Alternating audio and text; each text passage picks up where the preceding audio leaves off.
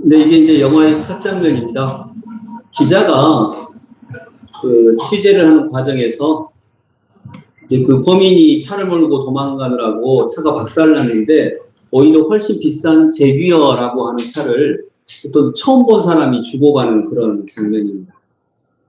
이 영화는 아까 말씀드렸듯이 2001년도 영화인데 영화가 대작은 아닙니다. 소품 같은 그런 영화인데 그래도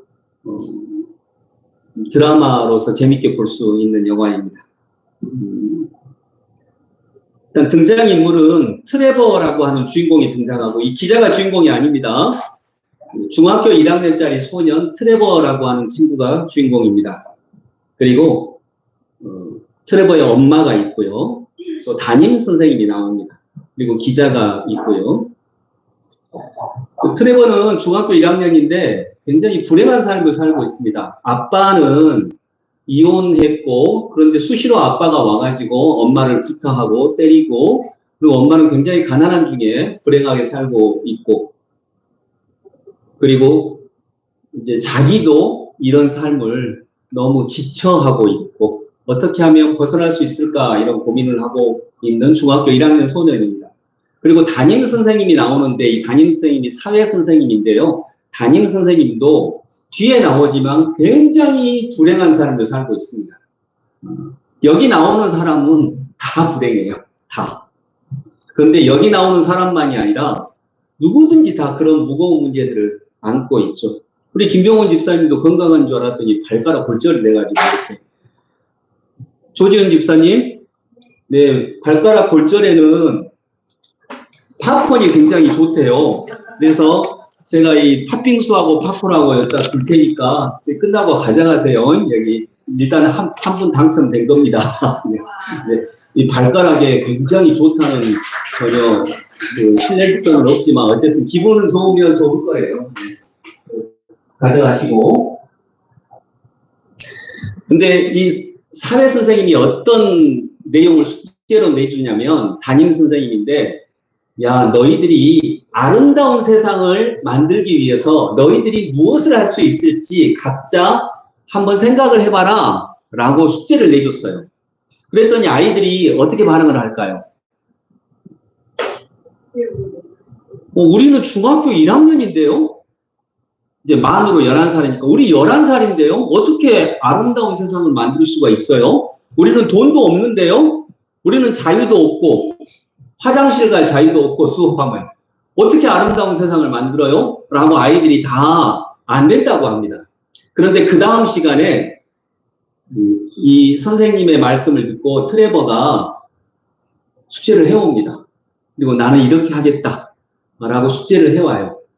그리고 그 숙제를 첫날 그 중에 하나를 합니다. 뭐냐면 자기가 생각한 게 뭐냐면 내가 3명의 사람들에게 굉장히 아름다운 일을 하면 좋은 일을 하면 그 3명이 나한테 갚지 말고 그 3명이 또 다른 3명에게 한 명당 3명씩 또 다른 3명에게 좋은 일을 하면 이게 퍼져서 15단계만 지나면 그 혜택을 받는 사람이 몇 명 정도 될 것 같아요?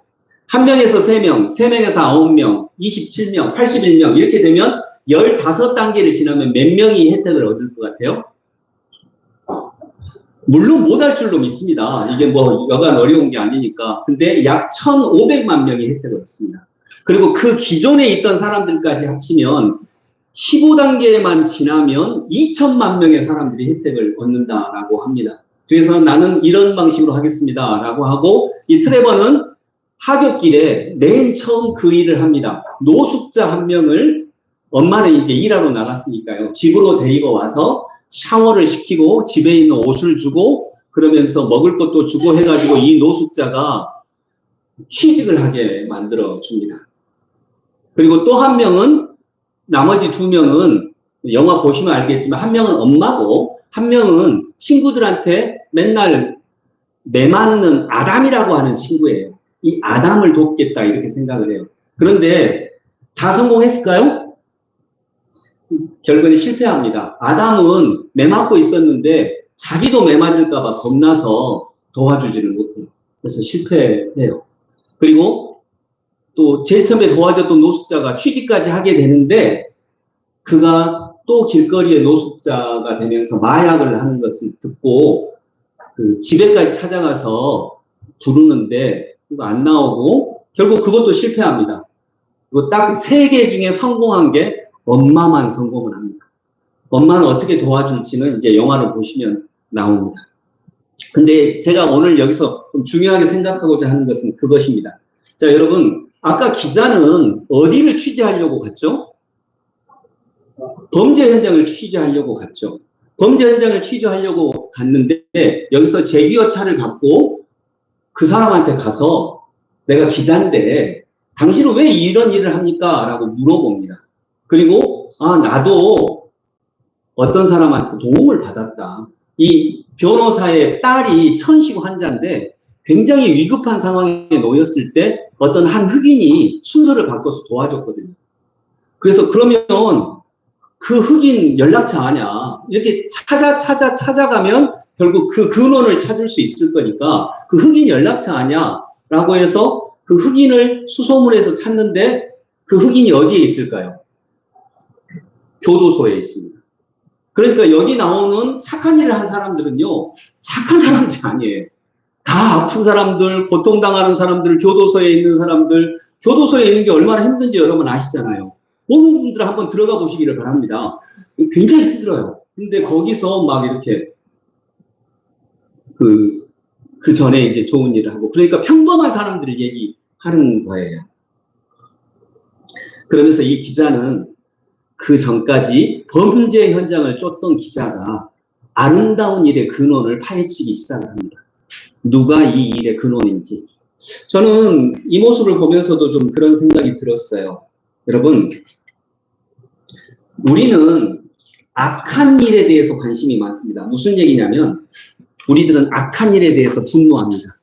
악한 일에 대해서 분노하는 것에는 굉장히 열심입니다. 그것이 나쁜 거 아닙니다. 우리는 악한 일에 분노해야 됩니다. 그러나 우리에게 어쩌면 더 중요한 것은 악한 일에 분노하고 싸우는 것도 중요하지만 선한 일을 함께 하는 것이 더 중요하지 않을까 하는 생각을 해보는 것입니다. 그리고 이 영화에서 나오는 것처럼 선한 일을 하는 사람들은 꼭 선한 사람만은 아닙니다. 교도소에 있는 사람도 굉장히 불행한 사람들, 여기 엄마도 너무나도 불행한 삶을 살고 있거든요. 이 아이도 그렇고요. 선한 일을 함께 하는 것이 중요하다. 선한 일을 함께 하는 게 중요하다. 여기서 중요한 건 함께입니다. 함께 해야 오랫동안 해나갈 수 있거든요. 그래서 아름다운 일의 근원을 찾아갑니다. 그 기자가 이제 이 아름다운 일의 근원을 찾아가는데 그 근원이 결국 누구였어요? 트레버라고 하는 중학교 1학년 꼬마 아이였어요. 그건 나중에 알게 되죠. 영화의 거의 막바지에 알게 됩니다. 여러분, 우리도 아름다운 일의 근원을 찾아가면 누구와 만나게 됩니까? 예수님과 만나게 되죠. 어떤 강력한 권세자가 아니라 어린 양이신 예수 그리스도와 만나게 되는 것입니다. 어린 양이지만 그 어떤 것보다도 강력한 능력을 가지신 그분을 만나게 되는 것이죠. 근데 제가 오늘 집중했던 장면이 하나 있습니다. 이 담임 선생님이 트레버한테 묻습니다. 근데 트레버가 그걸 발표를 하거든요. 근데 트레버에게 담임 선생님이 너는 어떻게 해서 이런 생각을 하게 됐어? 라고 묻습니다. 그때 뭐라고 대답했을까요? 그 꼬마아이가 했던 대사가 제 마음에 탁 남았어요. 그리고 우리들하고도 연관이 되네요. 너는 어떻게 이런 생각을 했어? 라고 할 때 그 꼬마아이가 뭐라고 해요? 내가 왜 그런 생각을 하게 됐는지.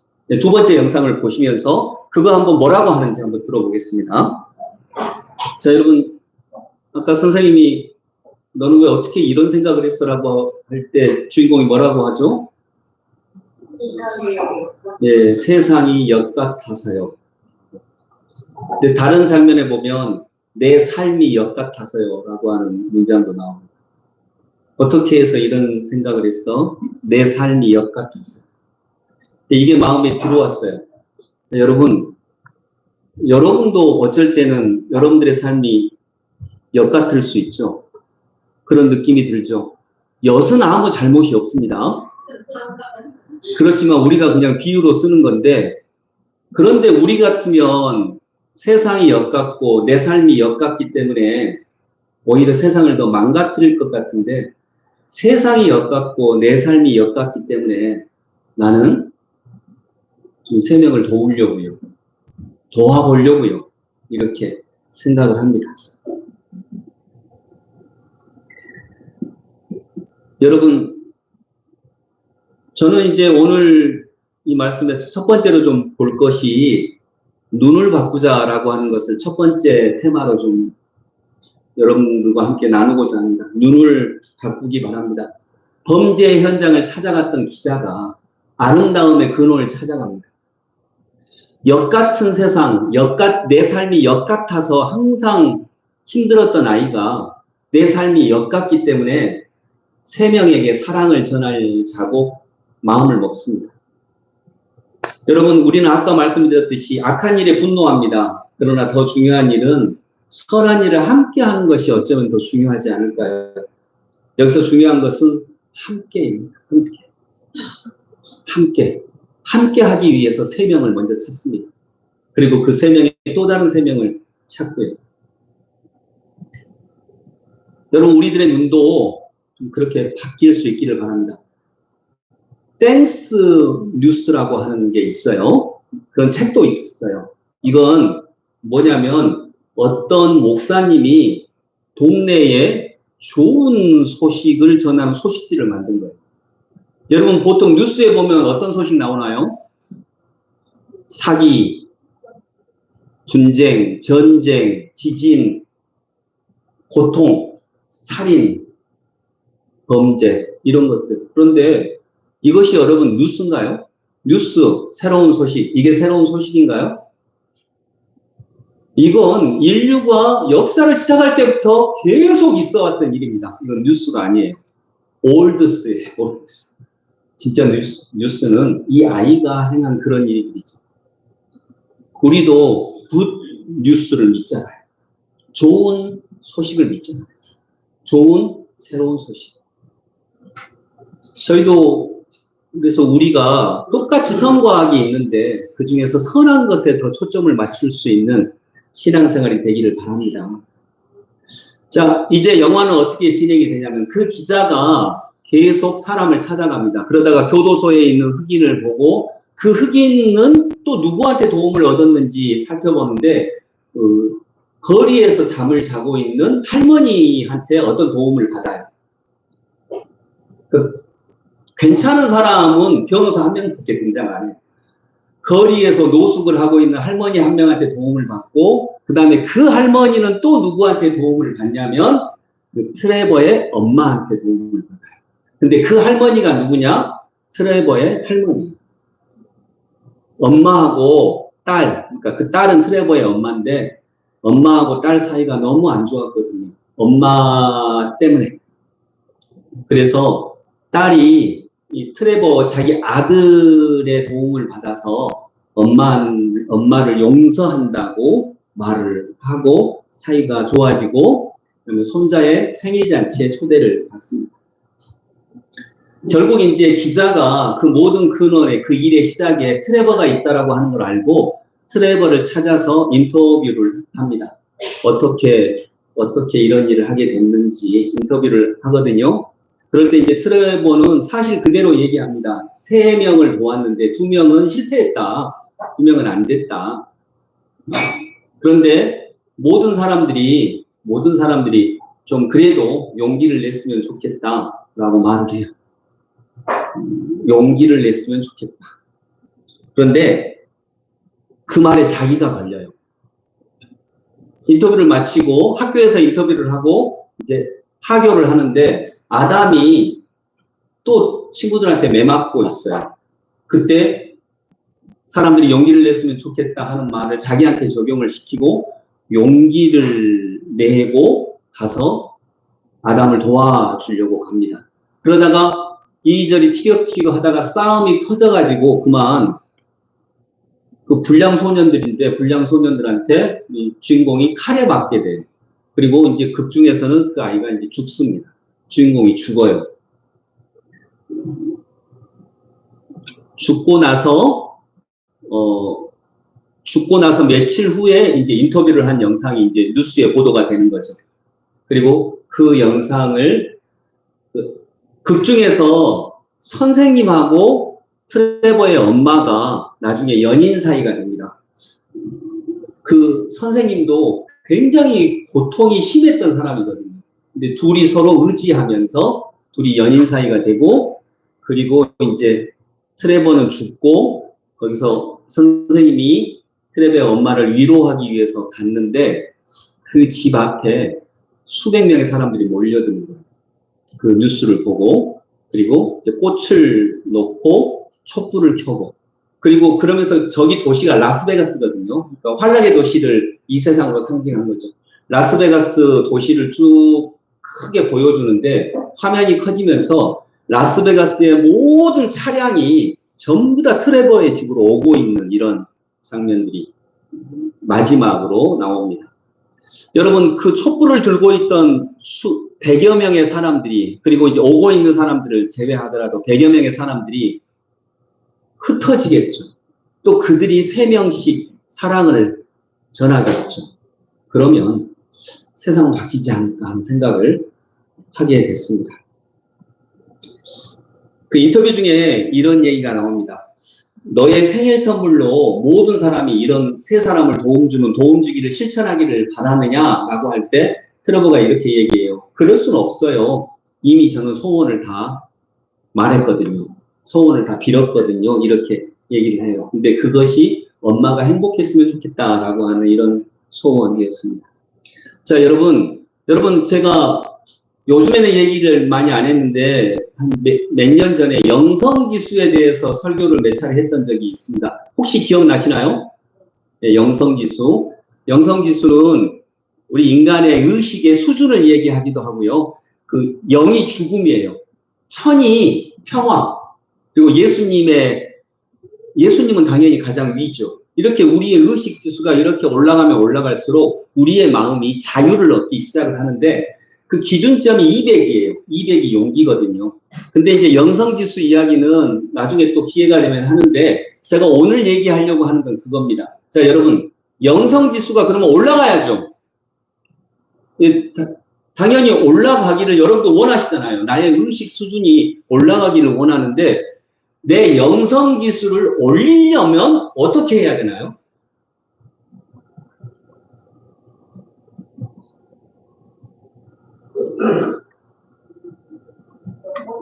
혹시 제가 당연히 이제 벌써 몇 년이 지나서 그때 얘기를 했고 혹시 기억나는 거 있는 분은 당연히 팥빙수를 두 그릇 드리도록 하겠습니다. 네, 혹시 기억나는 거 있으신가요?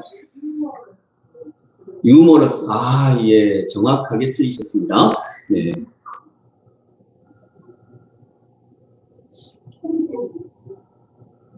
자, 영성지수를 높이는 방법이 두 가지가 있습니다. 자, 첫 번째 따라서 한번 해보세요. 그냥 웃기. 네, 따라서 합니다. 그냥 웃기. 두 번째 영성지수를 높이는 방법. 대가를 바라지 않고 사랑을 베풀기. 이 두 가지가 영성지수를 높이는 방법이에요. 자, 그렇다면 그냥 웃기에서 중요한 건 웃길까요? 그냥일까요? 그냥입니다. 그리고 대가를 바라지 않고 사랑을 베풀기에서 더 중요한 건 사랑을 베풀기가 중요할까요? 대가를 바라지 않고가 중요할까요? 대가를 바라지 않고가 더 중요합니다. 왜 그럴까요? 이게 어려운 기대를 하고 실망. 제가 말하지 않는 건 아니다, 이제 그런 얘기겠죠? 네. 그래도 감사합니다. 이렇게 세 분 말씀을 해주셔서. 사랑이라면 주고받는 거라고. 여러분, 대가를 바라고 사랑을 베풀면 어떻게 되나요? 실망할 때가 반드시 오죠. 왜냐하면 인간은 완전하지 않기 때문에. 인간은 완전한 사람이 없으니까요. 그냥 웃고, 웃되 그냥 웃고, 사랑을 베풀 때, 대가를 바라지 않고 사랑을 베풀 때, 결국 내가 성장하는 일이 일어납니다.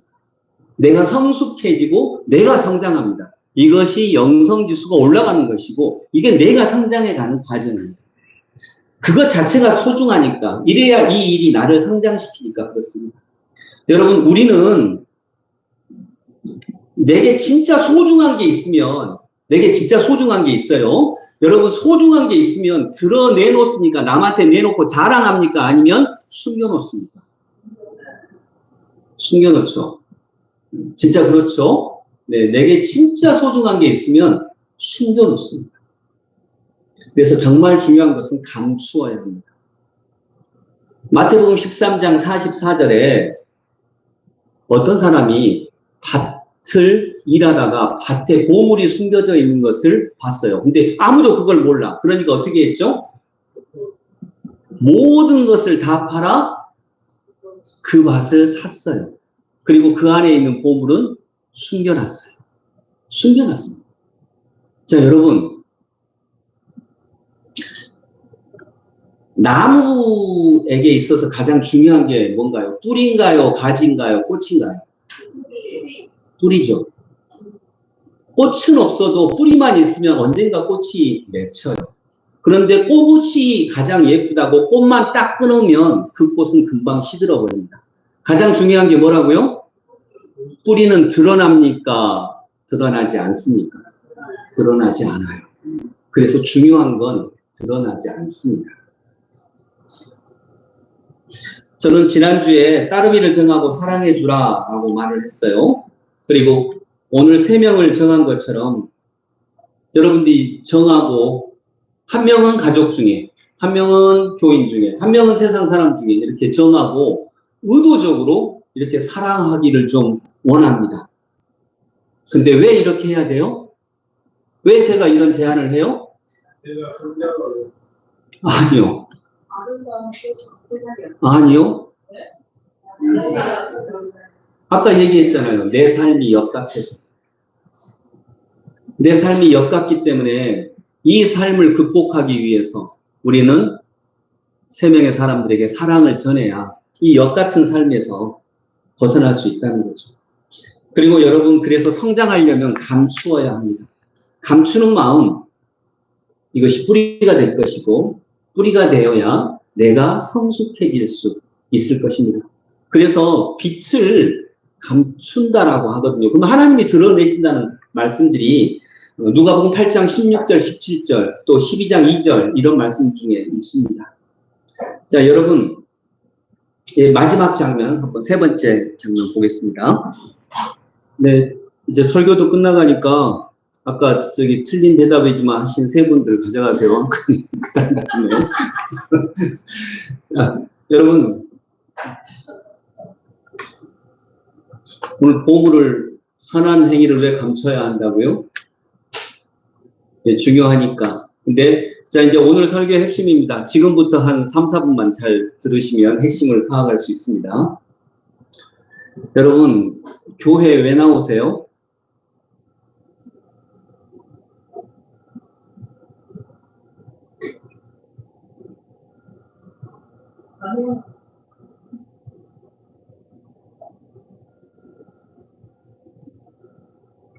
우리 은선이는 얘기합니다. 안 나가면 고통스러워요. 네, 이제 이렇게 얘기할 수 있는데, 여러분 교회 왜 나오세요? 어떤 분들은 진리를 알기 위해서 나오고요. 또 행복하기 위해서 나오는 분도 있습니다. 근데 여러분, 행복하기 위해서 나오는 게 잘못된 건 아닙니다. 저도 역시 행복하기 위해서 교회를 다닙니다. 근데 여러분, 행복은, 자, 비유를 하나 듭니다. 꽃을 보려면 꽃을 심으면 되나요? 꽃을 보려면 꽃을 얻으려고 하면 되나요?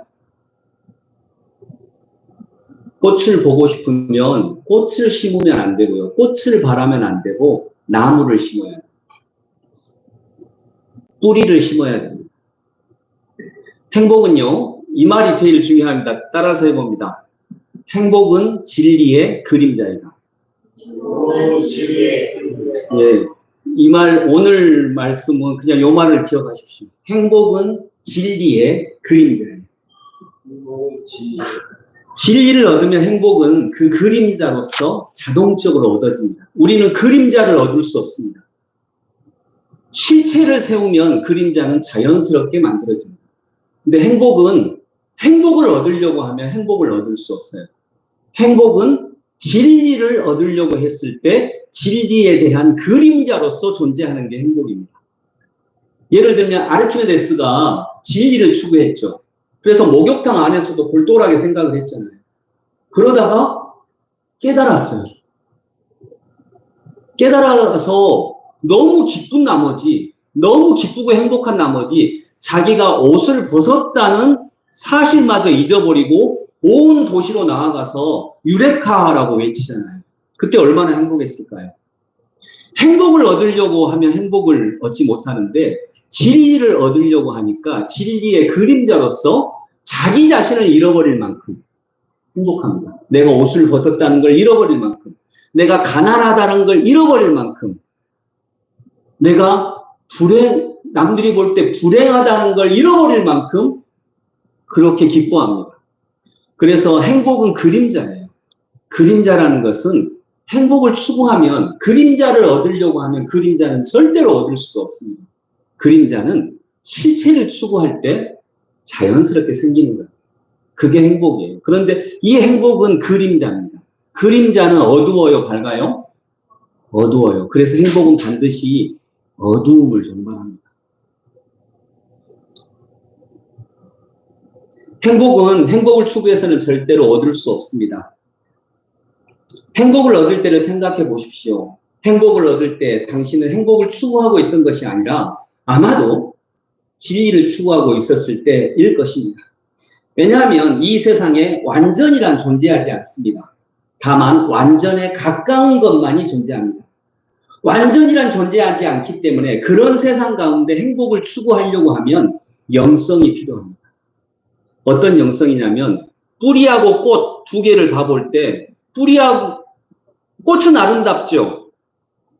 뿌리는 아름답나요? 근데 뿌리하고 꽃은 연결되어 있나요? 연결되지 않았나요? 연결되어 있어요. 근데 언뜻 볼 때 절대 연결되지 않은 것처럼 보이거든요.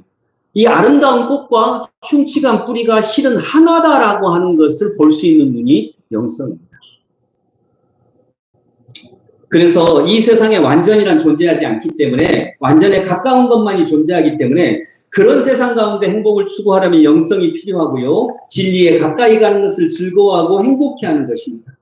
저는 이번 주 중에 또 몇 분을 신방하면서 성도들의 생각이 행복함이라고 하는 것은 고통이 없는 완전한 세상, 모든 게 다 제대로 잘 돌아가는 것, 이럴 때 행복한 게 아닐까라고 하는 생각을 하게 된 것을 알게 됐습니다. 어쩌면 당연한 거죠. 그러나 완전치 않은 세상 속에서 그것은 불가능합니다. 여러분, 다시 말합니다. 이 세상에 완전이란 존재하지 않아요. 그래서 오직 완전에 가까운 것만이 존재하고, 그런 세상 가운데 행복을 추구하려면 영성이 필요합니다. 고통과 행복이 연결되어 있다라고 하는 것을 볼 수 있는 영성이 필요합니다. 이 엄마 행복했을까요?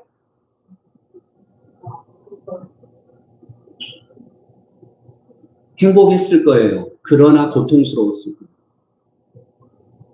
여러분, 이것이 이 세상에서 느끼는 행복의 실체입니다. 이 아이가 말한 것, 너는 어떻게 그런 생각을 했어? 내 삶이 역 같아서요. 여러분, 저 요즘에 헬스 다니고 있어요. 이틀에 한 번은 꼭 가려고 합니다. 제가 왜 헬스 다닐까요?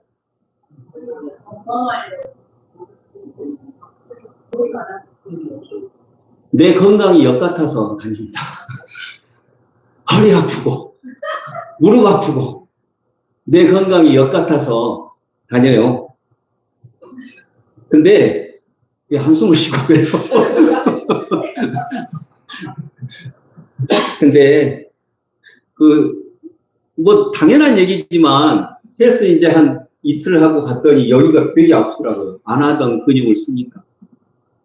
근데 너무 당연한 얘기, 관장님이 아픈 게 정상이에요. 네, 아픈 게 건강해지고 있다는 신호입니다. 그래서 여러분, 건강은 아픈 건강이에요. 행복은 아픈 행복이에요. 슬픈 행복. 이 세상이 완전하지 않으니까. 그리고 그걸 그 슬픔과 행복이 실은 연결되어 있다라고 하는 걸 아는 게 영성이고요. 그래서 내가 자선을 베풀 때에 드러나게 하지 말아라 라고 하는 것, 그것이 바로 이것과 연결되어 있는 이게 뿌리예요. 그러나 그 뿌리를 감추는 것 또한 아프고요. 이것은 이 세상에서 당연한 것입니다. 그래서 세상은 선과 악이 공존하는 것이기 때문에 행복이라고 하는 건 아픈 슬픔, 아픈 행복, 슬픈 행복이기 때문에 그 두 개가 만날 수 없는 두 개가 만나야만 진짜 행복, 그리고 이기 때문에 우리는 내 선행, 여기서 선행을 감추라 이 말은 이렇게 이해하세요. 행복을 얻으려면 행복 자체를 추구하면 안 된다라는 말로 이해하시면 되겠습니다. 이전에는 경제 발전 속도가 너무 빨라서요. 내일이 오늘보다 낫다라고 하는 긍정주의가 당연한 거였습니다. 왜냐하면 우리는 발전할 거니까요. 근데 이제 우리나라가 선진국이 되면서 그런 시대가 지나갔습니다. 이제 발전이 당연하지 않습니다.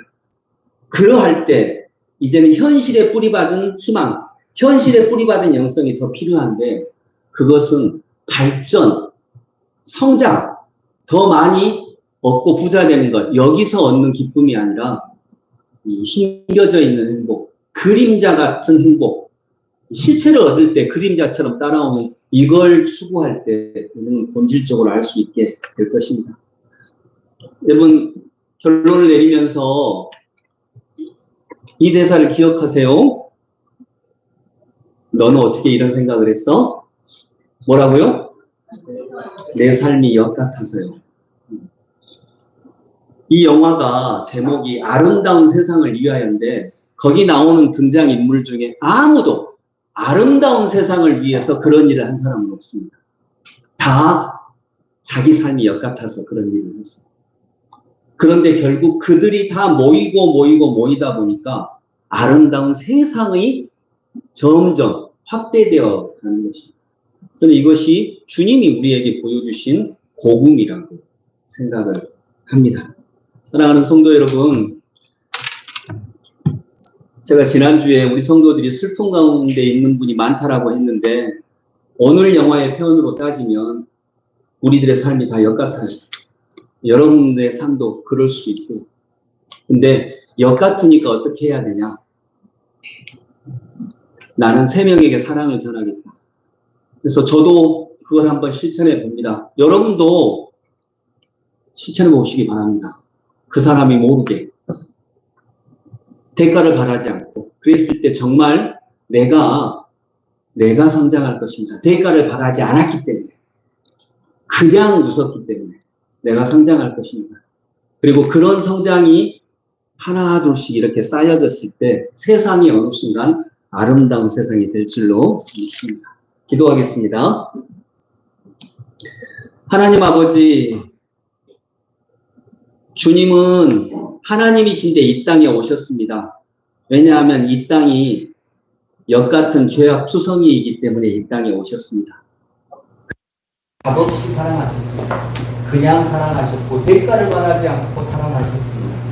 그래서 그분은 하나님의 아들이 되셨고 우리들은 그분을 따르는 사람이 됐습니다. 주님, 행복을 얻으려면 행복을 얻을 수가 없습니다. 실체, 진리, 사랑을 얻어야 행복은 그림자처럼 따라붙습니다. 그런데 그림자이기 때문에 아픔이 있고 고통이 있고 때로는 어둠이 있습니다. 주님, 그것을 현실 속에서 볼 수 있는 것이 영성임을 알고 아픔 가운데서도 느끼는 행복, 슬픔 가운데서도 느끼는 행복, 그리고 주님이 재림하실 때 완벽하게 실현되는 그 하나님의 나라를 대망하는 우리의 믿음으로 이 땅의 삶을 살아나갈 수 있도록 축복하여 주옵소서. 예수 그리스도 이름으로 기도드립니다.